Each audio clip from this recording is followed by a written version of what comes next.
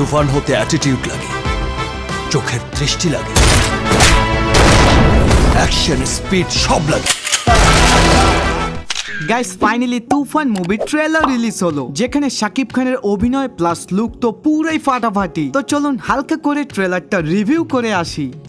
ভাই মূলত তুফান ছোটবেলা থেকেই খুন খারাপ শুরু করে, বাট এটার পিছনে কারণ হচ্ছে কিছু খারাপ লোক ষড়যন্ত্র করে তার বাবাকে মেরে ফেলেছিল, আর ওই দিন থেকেই সে পুরা দেশে রাজত্ব করতে চায় এবং তার এই স্বপ্ন পূরণও হয়ে যায়। মাফিয়া ওয়ার্ল্ডে সে অনেক বড় গ্যাংস্টার হয়। এখন তার সামনে অনেক বড় বড় লোকও আসতে ভয় পায়। ছোটবেলায় তুফান বাশির ভাইয়ের আন্ডারে কাজ করত, আর তার এই প্রতিভা দেখে বলেন তুফান একদিন ডিস্ট্রিক্ট লেভেলে খেলবে। তবে তুফান বড় হয়ে এটা জবাব দেয়, বাশির ভাই হয়তো জানতো না আমি শুধু ডিস্ট্রিক্ট লেভেলে না, একদিন ন্যাশনাল লেভেলে খেলবো। তো ভাই বুঝতে পারতেছেন তুফান এক সময় অনেক বড় পর্যায়ে চলে যায়, আর তুফান কিন্তু সবাই হতে পারবে না, হতে লাগবে অ্যাটিটিউড, চোখের দৃষ্টি, অ্যাকশনের স্পিড, এভরিথিং সবকিছু লাগবে।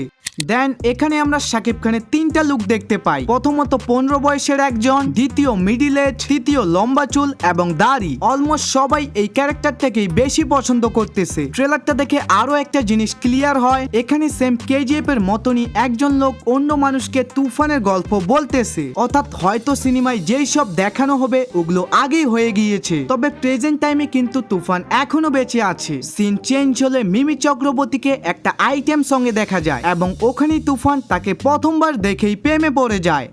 এবং তুফান কিন্তু ইতিমধ্যে অনেক বড় বড় প্রজেক্টে কাজ করেছে, যেগুলো অবভিয়াসলি বেআইনি ছিল। আর এই সব কিছু যখন জানতে পারে সিআইডি আকরাম, তখন তিনি তুফানের পুরনো সব কেসের ফাইলগুলো বের করে দেন। একটু অ্যানালাইজ করার পরে জানতে পারে তুফানের সাথে বডি দিয়ে না, জিততে হবে মাথা দিয়ে। তারপর শাকিব খানকে একটা সিনে অনেক টেনশনে দেখা যায়, অর্থাৎ চঞ্চল চৌধুরী তার গেম খেলা শুরু করে দিয়েছে। তাছাড়াও যেহেতু সে এতদিন ধরে এই মাফিয়া ওয়ার্ল্ডে কাজ করতেছে, তাই তার শত্রুর সংখ্যাও অনেক বেড়ে গিয়েছে, তাই ওদেরকে মারারও কিছু দৃশ্য দেখা যায়। তবে হয়তো লাস্টে তুফান কিছু চালাকি করেছে, তাই তো সিআইডি প্লাস আরো কিছু লোকজন ভয় পেয়ে আছে। বাট চঞ্চল চৌধুরী বলে একটা যদি সুযোগ পাই তুফানকে খেয়ে ফেলবো। এক কথায় মুভিতে তুফান ভার্সেস সিআইডি আকরামের ভয়ঙ্কর কিছু লড়াই হবে। তবে দেখার বিষয় হচ্ছে এটা কি বুদ্ধির জোরে নাকি বডি দিয়ে।